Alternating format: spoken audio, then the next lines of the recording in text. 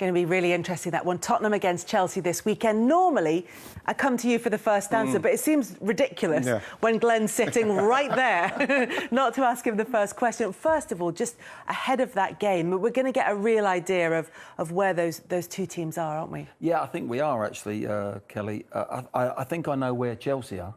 I've got to say that. I'm not quite sure where my old club are, as in Spurs, playing there for so many years.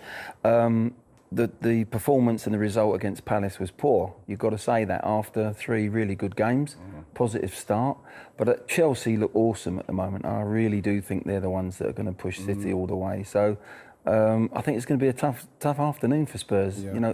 Hopefully they'll have everyone fit, because if both teams put out their best sides, it's going to be a hell of a game still. But obviously you've got to look at Chelsea as favourites. Yeah, Chelsea have looked really strong. The only points they dropped were against Liverpool at Anfield, down to 10 men for the second half of that game. And they've been able to get results in different ways. So Spurs then maybe are the best team to start with, because there's more to kind of try and work out with them. What do you mean? What do you mean work out with Spurs? In terms of where they are, in terms of what they can achieve, in terms of what their strengths and weaknesses are, everything. Yeah, but what I saw in the Palace game with Spurs, especially when you say the weaknesses, they started with Winks, Højbjerg and Skip, and I'm thinking, well, where's the creativity? Harry Kane didn't have a shot or a touch in the box, and that is, for me, that's criminal. And so you're looking at what Spurs are doing, and even when I saw the games, what they've won, they kind of get the goal and they sit back. It feels very negative. It's not very Spurs, and I know that Son's not playing, you know what I mean? But I just felt like they just seem to be a bit stagnant. I think the midfield, touching on that midfield might be okay for Chelsea on Sunday. It was good for City, but no disrespect, you're top of the league. That's what disappointed me. You're top of the league. It beat after 3 games. You're going to Palace, who haven't started well. Go there with a bit of swagger. Go there with a midfield that's got a bit of creativity. And go for the throat in many ways, but they look very timid, Tottenham, against Palace. And I couldn't work out why. Against the bigger teams, I could see that midfield actually working. So don't be surprised if that 3 doesn't play against Chelsea. Like a counter-attacking? Yeah, but if Son's fit as well, they'll have that pace and Moura and Kane. So I think it's not a bad, it's horses for courses in football sometimes, from management's point of view. I think they needed some Ndombele in that Palace game. In that Palace game, I don't see that, that lad starting against Chelsea for sure.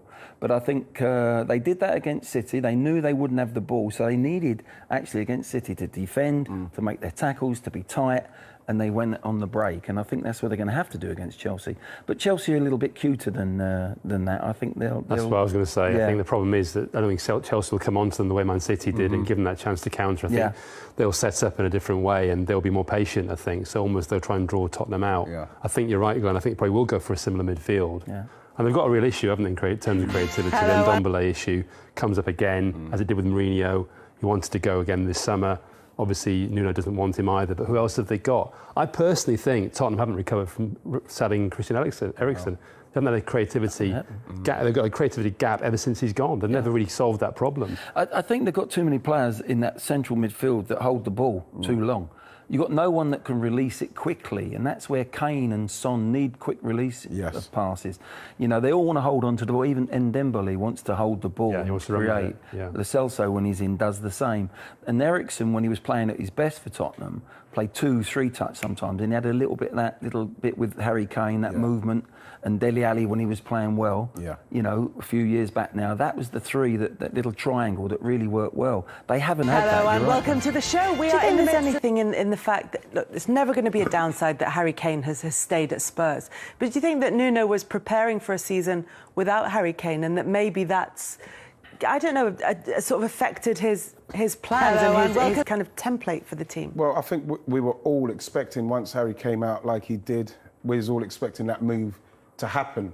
So you'd have thought that Nuno is probably thinking, I'm going to have to maybe I have to start sorting my team out without Harry Kane in it. But surely once you get Harry Kane, once you get Harry Kane back in it, then you start catering for him. Totally agree with the gaffer in, you have to horses for courses. But if you've got Harry Kane playing in your team, you do have to cater for him, just like Harry Kane will cater for Son if Son's playing, because otherwise you're just wasting that talent. You're just wasting it. Yeah, it's ironic that he didn't play against City when they got a fantastic result at the beginning of the season, and they hit.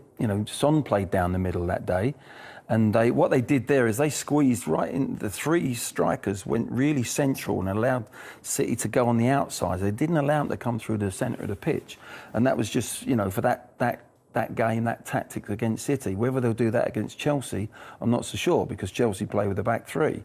But Harry Kane, I feel Jason and I were talking off air. I think he's in for a hard season. Yeah. Just mentally, from his point of view. I think he felt he was going to move to City.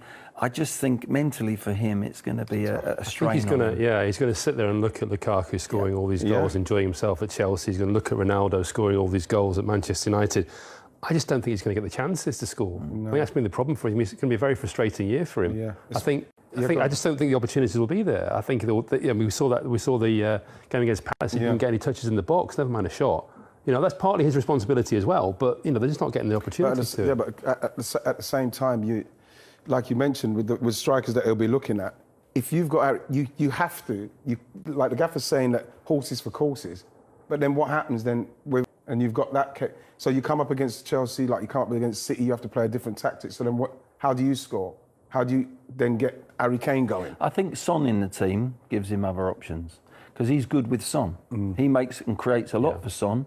Son does the same for him, and I think it's a big miss when when he's out of the team, which he was at Palace. He wasn't available. That's where that's where I think people like Moura and Bergwijn, people like that, have really got to come to the front. Yeah. Moura started very well actually this season. He's got ability. Whether he can do it consistently is the big question for Tottenham, because Harry does need some creation around him. Last year he was scoring goals and creating himself. I don't think he can have another season like that. No. It'd be too much for him. Yeah, there's that issue with him having to go and like Glenn said, make his own chances, and he's the player who's suffering most from that lack of creativity that you've pointed out. And as a striker, I could say, listen, you're naturally thinking, I'm not getting the service, that's why it's not happening for me anyway. Yeah. But the fact is, he is somebody that, yes, you get. If you get Harry Kane in and around the ball, he will try and have his shot and that, but you do need to get the ball in and around him. And I think you're absolutely right as well when you say, Jace, about watching Lukaku, watching Ronaldo now. And there's nothing worse, for me, it's just pure jealousy, really. When you watch, like back in our day, you're watching Man United and you're watching those teams creating chance after chance, and you think to yourself, God, I wish I was playing for them. Because you're getting chances made. You look at something like Lukaku, he's hardly had touches in the games, but he's already got 4 goals in 6 games. And that's the difference with Chelsea, is that Chelsea can now, if it's really tight, they've got the person to take the half chance. Also, as a striker, would you stop making movement then? When chances are not coming, you stop making runs. His running stats are down. You get frustrated. You get despondent because you don't know when it's coming. Yeah. Of course, Harry Kane is like a major player in the team, and the players will give him the ball. But then, you start to think, well, I'm getting the ball here. I want the ball up there, and you're not getting it. You do get despondent. You do stop making runs, and then what you probably find is that he'll start taking shots from even more speculative places because he's not getting them frequently enough. You're starting to look at the decision, however that came about, of Harry Kane and how he ended up staying at Tottenham. And you're starting to think this is not going to be great for Harry Kane's future either, let alone this season, because if he gets to the end of it and his numbers are down, he suddenly is a less attractive and a year older proposition. I had a difficult summer. I've worked a lot on this story, and I know what it's sometimes like to do transfer stories around Tottenham with Daniel Levy, having done stories around Luka Modric and Gareth Bale. And actually I did an interview with Modric years and years ago when he first said he wanted to leave Tottenham, and within 12 hours there's a statement on the website, club website, saying he's going off my dead body from Daniel Levy. Oh my gosh. So that backfired quite badly. It's nice to write a piece that gets a direct response. Even when I was doing the interview, I was thinking, I'm not sure this is going to work. I was saying to him, I'm not sure, Luca, this is going to work. I honestly don't think this is going to work. But anyway, he went the year afterwards. I think it's a similar situation with Kane. I think they will let him go next year. But he wants to go this year, and that's the problem. And as Glenn's already touched on, and Ian as well, mentally he's out the door. You know, he's thinking he's going. He also knows Pep Guardiola really wants him, not just Manchester City. Pep Guardiola was driving this deal. He really, really wanted him. Okay, they didn't get it done. They couldn't get the negotiation. I think it's very difficult for him to then adjust. And we all talk about professionalism and he's the ultra professional and all this and all that. But it must, you guys know far more than me. It still must be hard to make that adjustment, to know you're going back from it. You've gone from a situation where you're the England captain who's going to be the main striker at Manchester City, the favourites to win the Premier League, one of the favourites for the Champions League, to go back to Tottenham and finish 7th or 8th, and then you're playing this new Conference League. It must be difficult. You know, it has to be. The analogy, it's like a dream house. You dream home that you think you've got, and you've been gazumped at the last minute, and then you're going back to a house that you're not really happy with, and you're saying that's what could have been, and now I've got to live in the house I've been living in for 5 years that we're not being happy with. That's exactly what's happened to him. Mentally, it's the other players for me that Harry Kane's season will determine whether Mora steps up, whether Dele Alli starts creating for him, whether in the deeper part in the midfield where they get a creator in Dembele, or if he gets in the team. It's the other players, it's Bergwijn, it's those that have got to create for Harry. In the end, I can't see him having a similar season where he's got to create it himself off his own back and score and be an assist and then be Captain Marvellous and come back deep and start laying balls, in. He had a fabulous season last year, but I don't think he's going to be able to do that again. I can only imagine.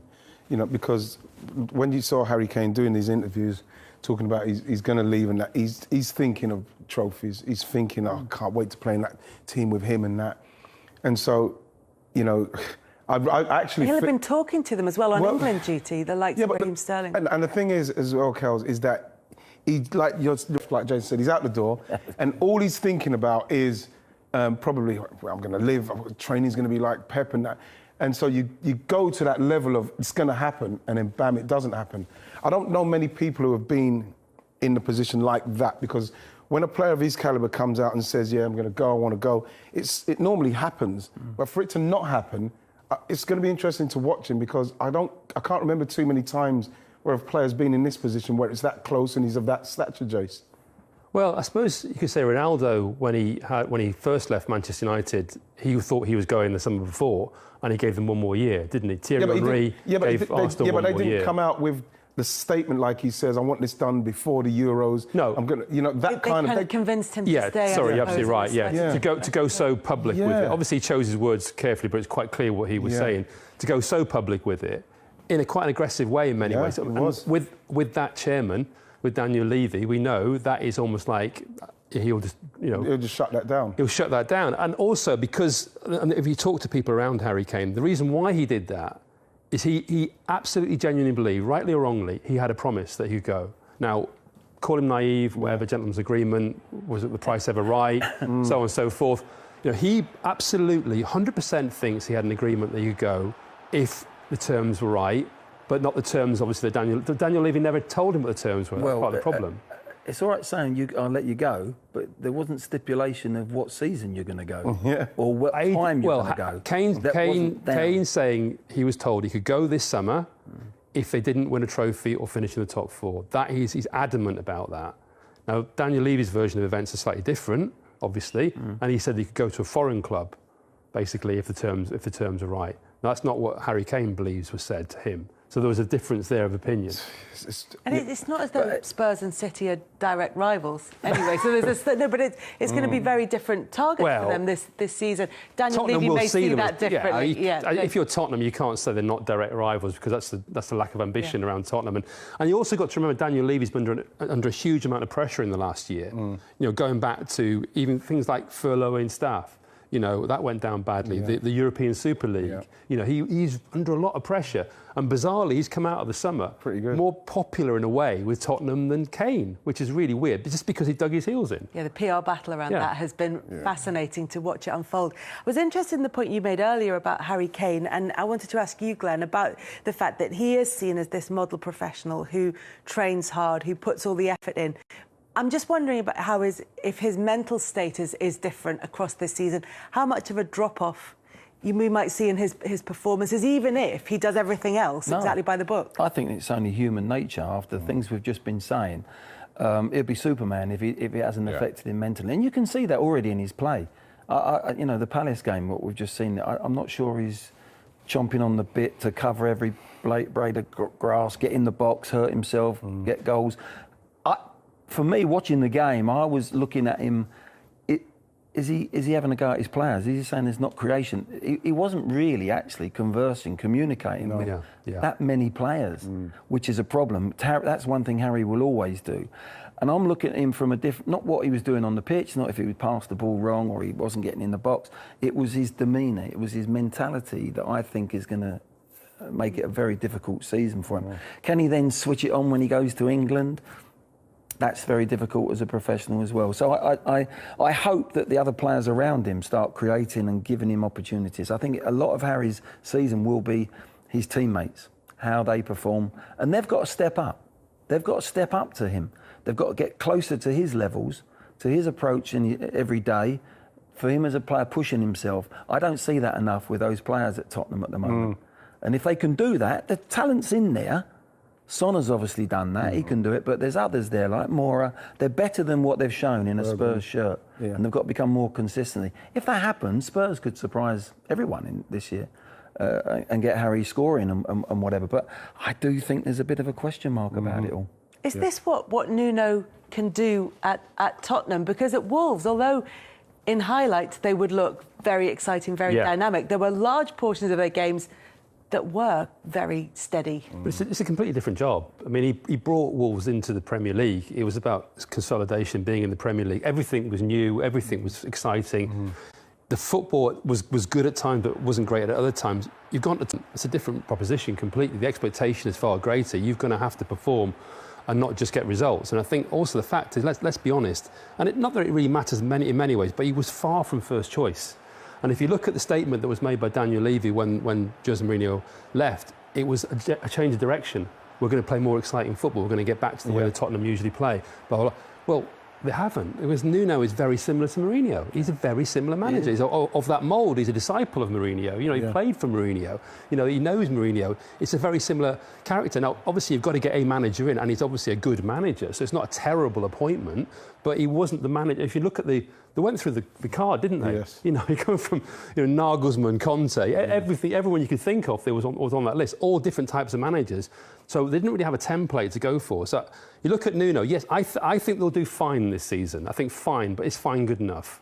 And I don't think fine is good enough for something like Harry Kane, and I think the football could become a bit difficult at times. And 3-1-0 wins are good, and he wins Manager of the Month, fantastic, but they give up a lot of chances in those games. 3-1-0 wins, it wasn't champagne football. Not that you'd expect after some of they've had. So I think it's very much in the balance which way this will go with Tottenham. I think, what's quite important as well, I know the North London derby coming up as well, it's the kind of game that everything can balance on. Harry Kane can maybe get himself going if he nicks a couple of goals in it. But if they play, how I saw them play against Palace and Arsenal, and Arsenal can beat them in that game, then I think that everything starts to ramp up for Spurs.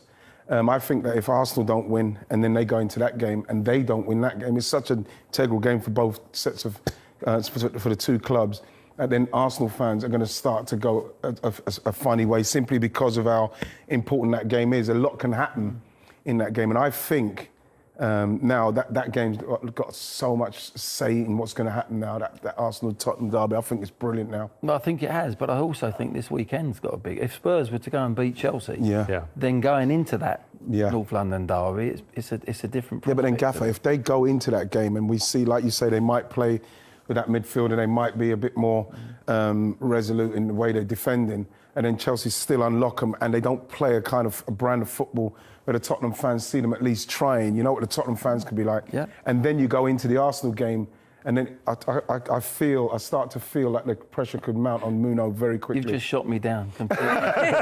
You know what? It's literally winning against Chelsea. Gav, it's just literally all coming to my head as I'm thinking the North London derby coming, and it's vitally important to us to win the game, and it's going to be vitally important to Tottenham to win it. I think there's going to be so much more on it.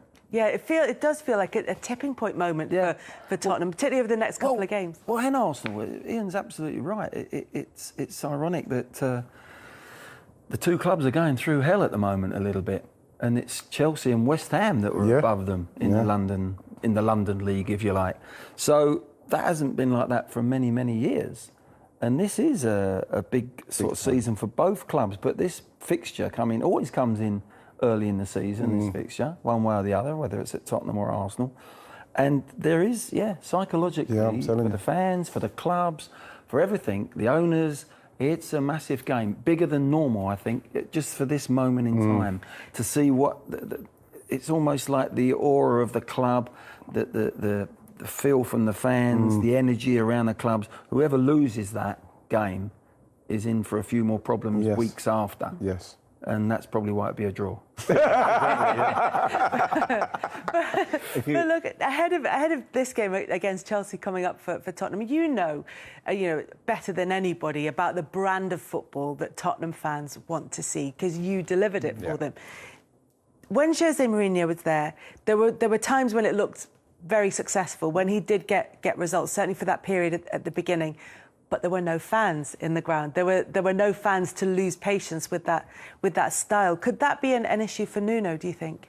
Yes, it will do, particularly with any set of fans. Spurs are demanding like anyone else. Arsenal are the same, wherever you go. But I think it was easier for managers without, particularly the way... I mean, early in the season, Mourinho banked up against Manchester United at home. I remember it. And then they hit him on the break, got a goal. There was other games where they were banking in and it was tight, but they won matches. There was nobody in the stadium. Spurs fans wouldn't have stood for that, particularly when the game was in its balance and it was like things weren't going, one way or the other. That's when the restlessness of fans affect the players on the pitch. We've gone through sort of almost like 18 months, maybe more, I don't know, of not having that effect on players. A lot of players have enjoyed playing with no crowd. Yeah, definitely. The top players want to play with that. A lot of managers really enjoyed it. Obviously, they've really enjoyed it. But a lot of them, you give a bad ball away and you've got your own crowd getting on your back. Even if you hear a little, that's exactly. enough sometimes for you. That's enough for you. It depends if it's a sympathetic. And players, we're all aware of that when we were playing. And that has an effect on a player. And then you've got to respond. Do you go searching for the ball still? If you don't, then your team's capacity of playing goes down. But if there's no crowd and you it's okay for you to... So that the definition is so different with the crowd in. Positive, look at Liverpool like last night in Europe. It was an amazing atmosphere. They're like the 12th man up there. Yeah. But it can go against you. Look at West Ham. Yeah. Last year they enjoyed no crowd in. They were brilliant, because they didn't have that sort of pressure from their own fans when it wasn't going so well. And that's what Nuno... That's factored now. That's back in. It's back. It's back there. And it's down to the players to perform under those normal circumstances. Yeah, it's going to be fascinating to see what happens there. Yes. But and also, as you correctly pointed out, a good start to the season in terms of result for Spurs. Nuno, manager of the month, and we're saying it could be tricky for him. I think it's partly because we all looked at those three results and thought, great results. Haven't conceded a goal, 3 clean sheets, 3 wins, but didn't quite feel right to me. It wasn't like it was a little bit of an illusion, really, in many ways, after this, and understandably so after the summer they'd had. So I thought it was almost it was a correction a little bit last weekend. It was a poor performance, so I went too far the other way. But now we're wondering, as Glenn was saying, which way will it go? We just don't know. We're looking at it thinking, this could go either way, really could go either way for him. It could very, very quickly go downhill here. Yes. Or it could go again. They could improve. He could get his ideas across, and Kane could start scoring, and Son back in, and it could be fine, because he'll organise them and he'll make them difficult to beat. But it just could be quite a tough watch. Well, that's the problem. What I think that he'll have, because he'll make them tough to beat and they'll be organised. And like we saw, from them to go from the 3 winning games and then they go to Palace and it just looks so bad. Yes. Because remember, when Tottenham under Mourinho without the fans, the Tottenham fans were still saying, we don't like the way we play. I don't like what we're doing. So with Nuno, and then starting with 3 good games, and then playing like they did against Palace, I think the Chelsea game, we talked about the Tottenham game and Arsenal game, but I think the Chelsea game and the way they perform in that game is going to be really important to him and the fans, because I think they're looking for something, especially with that poor performance against Palace, that's going to make them say, right, OK, we're with you or something, because it just feels a little bit like with the Tottenham fans, my mates, they're just like... They like that gaffer, they're simmering. They're like, we better do something against Chelsea. I guess the only other thing you'd say, to be fair to Nuno, is the summer signings, he hasn't had a chance with them yet, has he? I mean, obviously Romero, we haven't seen him. That's right. Brian Hill, we haven't really seen much of him either. So, you've got to give him a bit of a chance there, really. You know, he's been dealt a difficult hand in terms of those sorts of issues, and even with the quarantine of Sanchez and so on. You know, it's been difficult. Yeah. You know, so I think from that point of view, if I was a Tottenham fan, I would cut him a bit more slack from that. But I think if you look at that team that played against Palace on Saturday, that's not the team he wants to put out. I would have thought, you know, defensively especially, that's not the team he wants to put out. But it was the chalk and cheesiness of it all. Man City, I was in the stadium, the atmosphere, the positivity, the work rate that they put in, which you have to put in the hard yards against City, was immense. And then you see that performance against Palace. That is chalk and cheese. Yeah. There's motorways away from where they were, drop off. Yeah. So that's what concerned me as a Spurs man. And to get beat from a side who are lacking in confidence, 3-0, not 1-0, you know, not only a lucky goal. That concerned me, and I think that would concern Nuno as well. It's important. They play again today in Europe, in the European competition. They've got to get another win under their belt if they can, before they go into Sunday. No, that's my concern. The inconsistent levels of those two performances are miles apart. And as a manager, you've got to narrow that. Yes.